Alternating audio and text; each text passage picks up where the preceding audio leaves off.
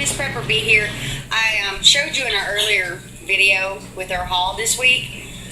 We're going to start first working on the pineapples, and we're going to show you how we do the pineapples. So first off, we cut the tip off, the fuzzy part. You want to go down about, a half inch to an inch, and we're going to cut the butt of it off.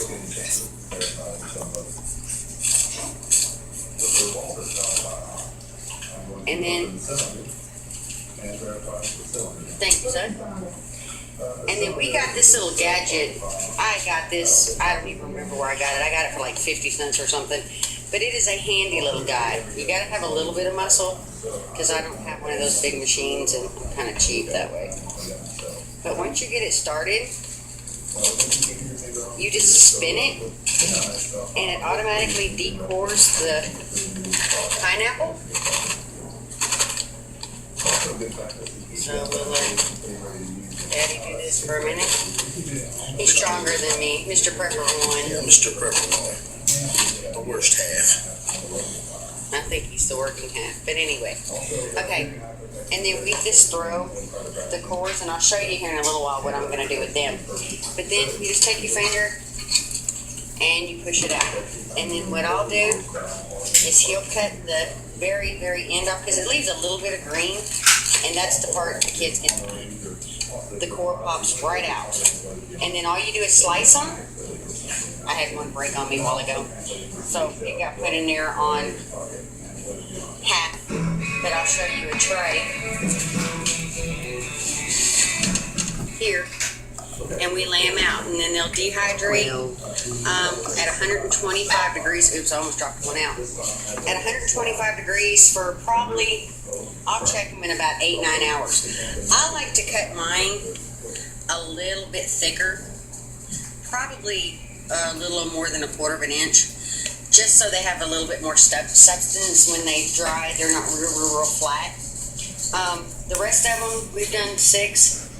So the other 6, I'll probably take a couple of those and add it with the scrap. And what I'll do is I'll take each one of these, and I will cut this in half, and I'll take a melon baller and scrape, if I can get the camera to show, all the extra that's left on the inside with the cores, and then I'll cook that down, and I'll make jelly out of it, or preserves.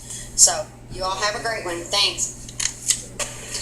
Okay, we're to the next step now, and Mr. Prepper 1's going to show you how we take the melon baller and just scrape the insides out, and this will wind up making my preserves, jam, whichever you want to call it.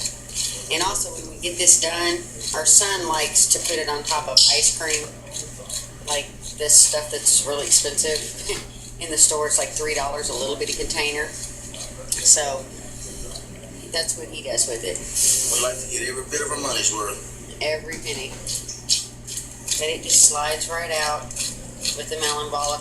And then we just rake the edge of these off where it's left a little bit on them, and we take it down to the white core.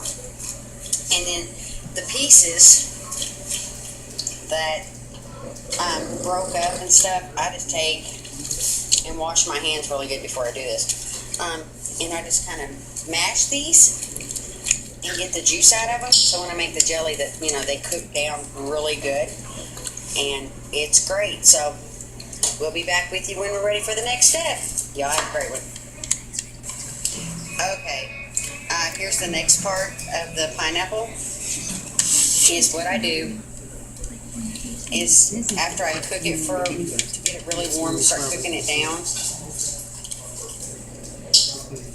I just kind of drain the juice off of it, because when I make the preserves, I don't want it really juicy, and I want to measure my fruit to about exact as I can. So I just kind of use a slotted spoon and just pull. Kind of dogs are playing. So, and then when I get this done, I will be measuring my fruit and my sugar, and I'll be back with you. Thanks. Okay, next part of the pineapple, preserves, jam, whichever you want to call it. In this, I have 4 cups the Okay.